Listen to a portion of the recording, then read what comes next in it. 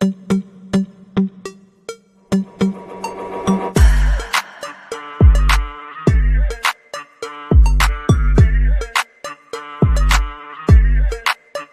your kids get the rested you, or do they get the exhausted you?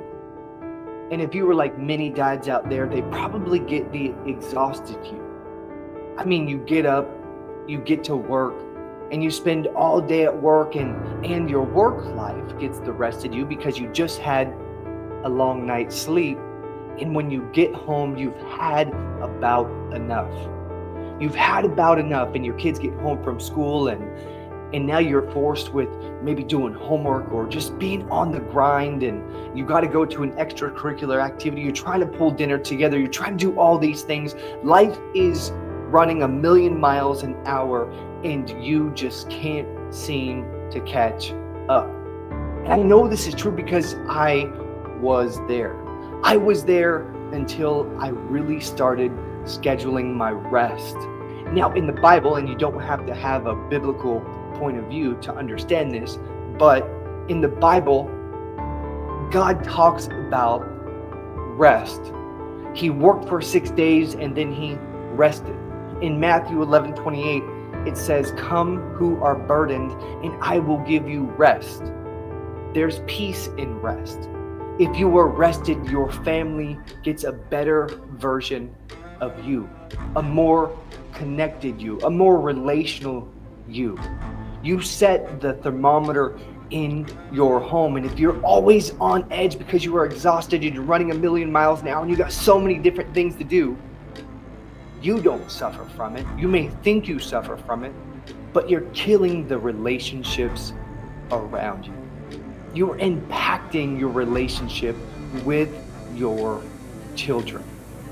So if you have a really tough time just resting, disconnecting from the world, and turning your emails off from work, I'm going to give you 3 really quick tips.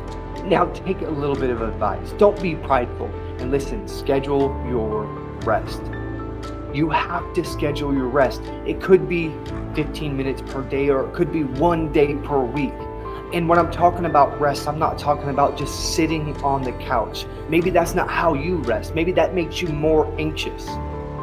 But your rest might be playing 9 holes of golf, or your rest might be playing basketball or shooting a gun at the shooting range.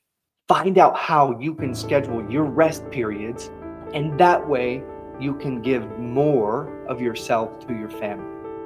And secret number 2 is say no. Be very mindful of who you say yes to. And there's all kinds of men out there that take pride on being the best friend they are, but their family gets a sacrifice. And there's men out there that just can't say no. Maybe it's a business opportunity, you can't say no. Maybe it's a date night with your wife and you just can't say no. Maybe your friends are wanting to go out and have a few beers and you can't say no. But the following day, after you've had a long night of drinking, and you're not rested, and who's impacted for it? Your kids are impacted for it. And for the last secret, start to embrace it. Take it as a victory. Understand that rest is good. Everybody around you will benefit from you resting. Because like I said, you set the thermometer in your home. Have you ever been aware of if you're in a bad mood, your house kind of feels crazy? I know you have because I've been there. So you have to embrace rest. Don't be in that bad dad club. Don't run on fumes for your family. Refuel your family. Now listen, if you're having a tough time refueling your family, the good news for you is I just released a 5-day Fatherhood Fuel Challenge. The link will be in the description below. It's only $10, and guess what? It's going to give you tips and tricks on how to take your family and make it a priority. And I know that rest doesn't come easy. If you're anything like me, we're always on the move, super ambitious, trying to provide and create securities in our home, and then you want to provide extra for the kids and you neglect yourself.